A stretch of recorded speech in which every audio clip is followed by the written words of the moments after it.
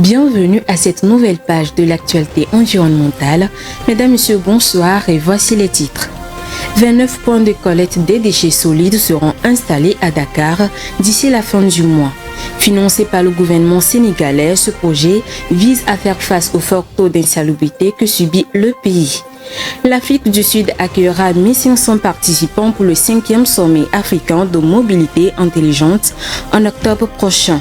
L'exploration des différentes avancées technologiques sera au cœur des discussions. Les détails dans ce journal. Et puis l'irrigation des sols est pratiquée au Canada pour faire face au changement climatique. Cette technique permettra aux agriculteurs de ce pays de garder le cap malgré les aléas climatiques. C'étaient les titres, à présent le journal.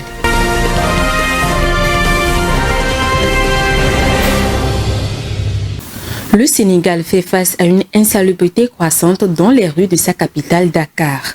Dans cette optique, le gouvernement de ce pays a octroyé un financement de 70 millions de francs CFA pour permettre l'installation de 29 points de collecte des déchets dans sa capitale. Selon le Promoged, l'installation de ces points de collecte prendra fin à la fin de ce mois d'août. Plus de précisions dans le commentaire qui suit. En réponse à l'insalubrité grandissante dans les rues de Dakar, un investissement devrait permettre l'installation de 29 points de collecte des déchets dans la capitale sénégalaise. Les autorités du Sénégal veulent passer de la parole à l'acte dans le domaine de l'assainissement. Ainsi, le projet de promotion de la gestion intégrée et de l'économie des déchets solides, Promoged, a annoncé que l'installation de ces points de collecte s'achèvera à la fin du mois d'août. Les sites qui seront aménagés dans plusieurs quartiers en proie à l'insalubrité faciliteront l'acheminement des ordures ménagères vers les centres de traitement choisis. Chaque installation portera un nom qui reflète l'histoire et la réalité de la zone bénéficiaire et va générer 3 emplois surtout pour les jeunes de ce pays. Selon le directeur du Promoged, Ibrahima Diagne, 34 autres points de collecte seront livrés dès septembre 2023 afin d'atteindre les 63 sites pour cette première phase du projet. Le Sénégal génère quotidiennement 7000 tonnes de déchets selon les chiffres officiels. Ces infrastructures de proximité ont donc pour but d'inciter les populations à l'adoption de meilleures pratiques de gestion des déchets puisque les résidus alimentaires qui sont jetés dans la nature finissent par polluer leur cadre de vie. Au Kenya, une nouvelle poubelle est conçue pour une meilleure gestion et le tri des déchets. On parle du T-Bin.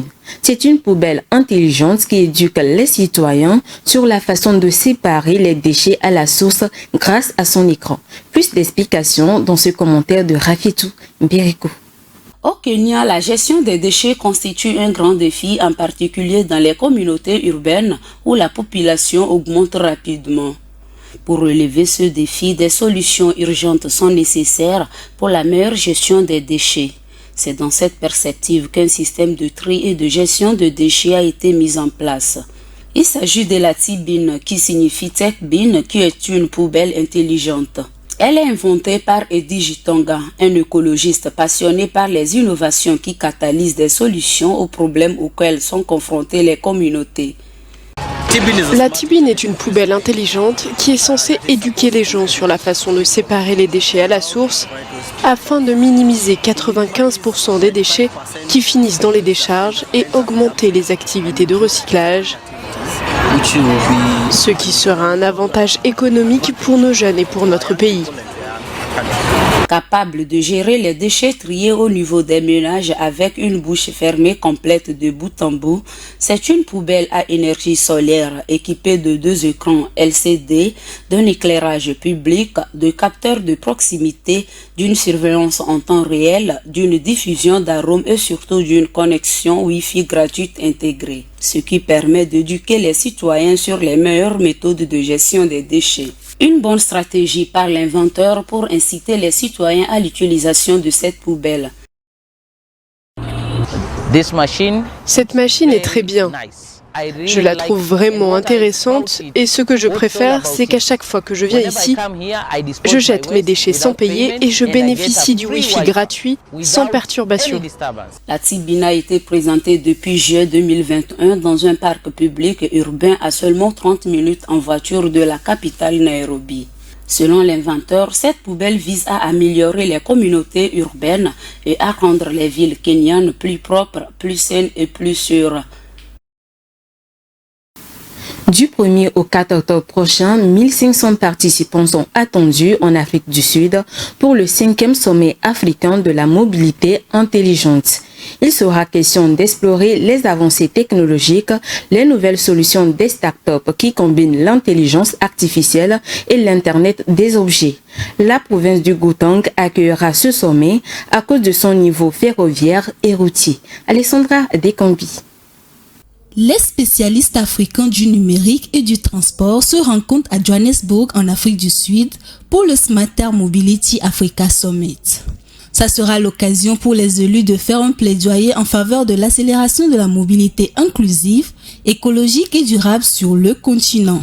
Durant 3 jours d'échange, les participants exploreront les avancées technologiques, notamment les nouvelles solutions du start-up qui combinent l'intelligence artificielle et l'Internet des objets. Ce qui permettra d'inspirer les visiteurs et les opérateurs économiques en provenance des pays où la pollution atmosphérique et la fracture numérique sont au plus haut niveau en ce moment.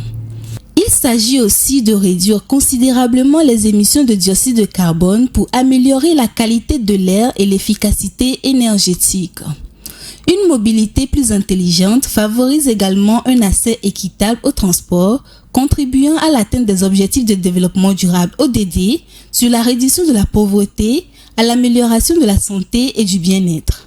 Concrètement, les capteurs, les radars, les caméras, les GPS ainsi que d'autres logiciels permettent d'avertir les conducteurs de la localisation et du nombre de places disponibles dans un parking, de guider les piétons en panne de feu de signalisation ou d'accident de la circulation. Autant de facilités qui concourent à la meilleure organisation du trafic et même de la décarbonation des systèmes de transport. Le changement climatique menace la sécurité alimentaire dans l'ensemble des pays de la Corne de l'Afrique. En Éthiopie, le Centre mondial pour l'adaptation s'allie à la Banque africaine de développement pour soutenir la culture du blé résiliente au climat. Une bonne partie de ce pays est touchée par la sécheresse depuis plus de 4 ans. Alessandra Adekambi nous en parle dans ce commentaire. Addis Abeba, la capitale éthiopienne, vient de recevoir l'appui du Centre mondial pour l'adaptation qui s'associe à la Banque africaine de développement BAD pour soutenir le projet sur l'amélioration de la production du blé face au climat. Le gouvernement éthiopien veut faciliter l'accès aux semences pour les petits exploitants agricoles tout en promouvant des variétés de blé adaptées aux nouvelles zones irriguées des régions de moyenne montagne.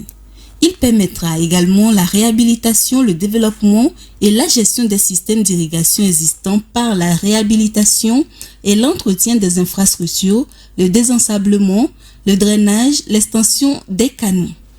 La réhabilitation des systèmes d'irrigation devrait concerner 1500 hectares de plantation en région Afar, 950 hectares à Namhara, plus de 13 000 hectares à Oromia et au moins 1500 hectares en région Somalie. Outre l'amélioration du réseau routier pour faciliter l'évacuation des récoltes, Addis Abeba soutiendra l'installation de 528 pompes à eau d'une capacité de 75 litres par seconde avec des kits d'entretien à des groupes d'agriculteurs dans le cadre d'un accord de partage des coûts. Le Centre mondial pour l'adaptation prévoit de soutenir le renforcement des capacités des agents de vulgarisation. Le projet de la chaîne de valeur du blé résilient au climat sera bénéfique à 500 000 ménages de petits exploitants agricoles, soit 2,5 millions de personnes. La Banque africaine de développement finance le projet à hauteur de 40 millions de dollars. Les régions Amhara et Oromia sont les plus grandes zones de production de blé de montagne du pays, tandis que les régions Afar et Somalie ont un plus grand potentiel pour le blé irrigué de plaine.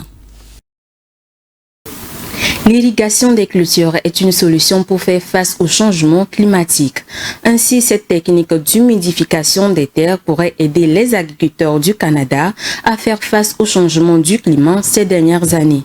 Cela permettra à la production agricole de garder le cap malgré les difficultés. Viva Samana nous en parle dans ce commentaire. Des régions sèches se comptent dans plusieurs provinces du Canada et cela prouve que les cultures souffrent à se reproduire après les semis.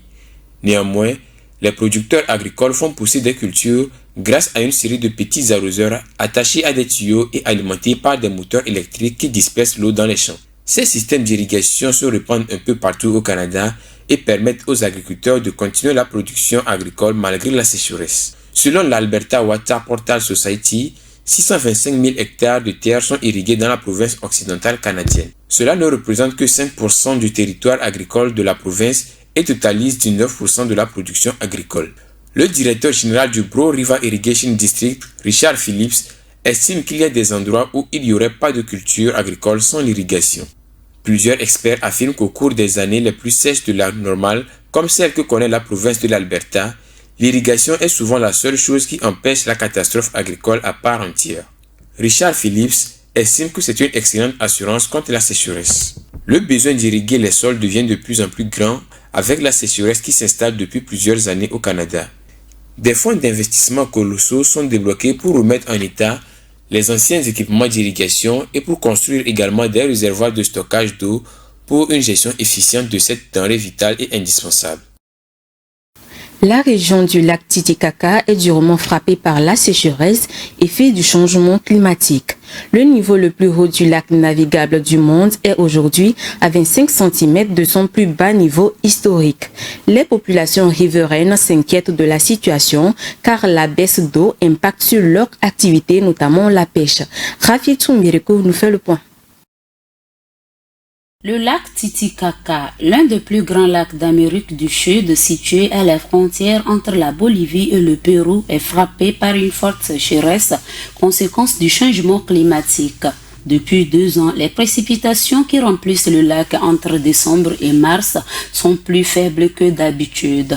Résultat, le niveau est extrêmement bas et les populations locales en souffrent. Les zones autrefois fertiles sont réduites à de vastes étendues de poussière le long des rives du lac.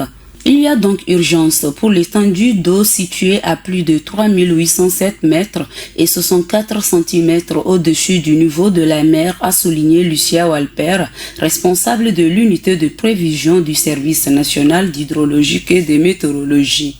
La baisse du niveau du lac étant liée au changement climatique, la solution est une affaire mondiale, a-t-elle ajouté. Cette baisse du niveau de l'eau rend désormais certaines zones inaccessibles et les activités de pêche sont fortement impactées. Pour les pêcheurs, la pêche indigène est presque condamnée. Avec une profondeur moyenne de 107 mètres, 190 km de longueur et large de 80 km, les rives desséchées et les profondeurs de plus en plus réduites du lac Titicaca suscitent une inquiétude grandissante pour les habitants de voir disparaître un mode de vie ancestral autour du lac. Le gouvernement égyptien, dans sa vision 2030 pour son pays, s'est engagé dans la politique des énergies renouvelables. Cette politique vise à réduire sa dépendance à l'égard des combustibles fossiles et à utiliser les ressources énergétiques renouvelables du pays. Plus de précisions dans le commentaire qui suit. Dans un village égyptien de la province de Fayoum, Mohamed Zaki, un retraité de 102 ans, a décidé d'utiliser un chauffe-eau solaire dans le but de réduire son budget et participer ainsi à la protection de l'environnement. Je n'ai pas réfléchi à 2 fois lorsque le représentant de la société est venu me voir. Je leur ai dit qu'ils pouvaient venir installer le chauffage. Il n'y a pas de mal à faire une telle chose. Pour la première fois, sa famille aura accès à une source directe d'eau chaude, alors qu'en hiver, celle-ci éprouve d'énormes difficultés pour son approvisionnement en la matière. Shamsina, une société qui a incubé aux Harvard Innovation Labs, a jusqu'à présent développé 5 itérations différentes de son chauffe-eau solaire thermique. Lorsque nous avons remarqué ce problème pour la première fois, nous nous sommes demandé à quel point il était répandu et nous avons recherché des données nationales. Nous avons découvert qu'environ la moitié des ménages égyptiens utilisent des méthodes naturelles pour chauffer l'eau.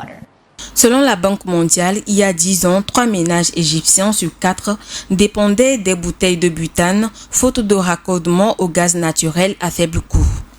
Avec un financement de départ de près de $25 000, la société Shamsina a piloté 30 chauffe-eau dans les quartiers à faible revenu à travers le pays. Chez Shamsina, notre mission est d'améliorer de manière tangible le bien-être des ménages que nous ciblons. Nous y parvenons en réduisant le temps passé à chauffer l'eau, en réduisant le coût de fonctionnement du chauffage et en leur offrant une alternative plus saine, plus sûre et plus respectueuse de l'environnement. Cependant, pour les experts, si l'initiative est loin d'avoir un réel impact sur le plan énergétique global, son impact pour les populations est à souligner. Les chauffe-eau solaires ne pourront pas occuper une part de marché significative en Égypte. Par conséquent, ils ne pourront pas économiser beaucoup d'énergie ni réduire beaucoup d'émissions. Mais ils peuvent garantir une certaine forme d'autonomie. Selon Omar Abdelaziz, expert en énergie solaire, ils seront en mesure de fournir au pays un accès à l'eau chaude dans les endroits les plus défavorisés. Pour rappel, l'Égypte vise à produire 42% de son énergie à partir de sources renouvelables d'ici 2030. La revalorisation des forêts nécessite plusieurs actions. En Libye, un groupe d'écologistes lutte pour sauver le couvert végétal et redorer le couvert forestier du pays par différentes actions, dont le reboisement. Quelles sont ces actions? Les éléments de réponse avec Vivace Amana. La sauvegarde des forêts en Libye est cruciale. Un groupe écologiste libyen dénommé les Amis de l'Arbre se bat pour sauver les forêts restantes. Dans ce pays en partie recouvert par le désert, les pluies se font rares. Le groupe écologiste entend sauver les derniers espaces verts de l'exploitation forestière et des impacts du changement climatique par des actions de reboisement et surtout de sensibilisation. Pour Khalifa Ramdan, le président de l'association Les Amis de l'Arbre, il est important de renforcer la relation entre les humains et les arbres. Les arbres ont une valeur économique, environnementale, sanitaire, nutritionnelle et commerciale. Le groupe d'activistes s'efforce de sensibiliser le public de Tripoli et des autres villes sur la nécessité de créer et de protéger les espaces végétaux et de limiter ainsi la sécheresse.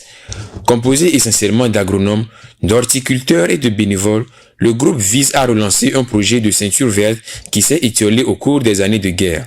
Il s'agit de former des équipes qui auront pour rôle de reconstituer les terres. À terme, 8500 hectares pourront être récupérés et ensuite reboisés.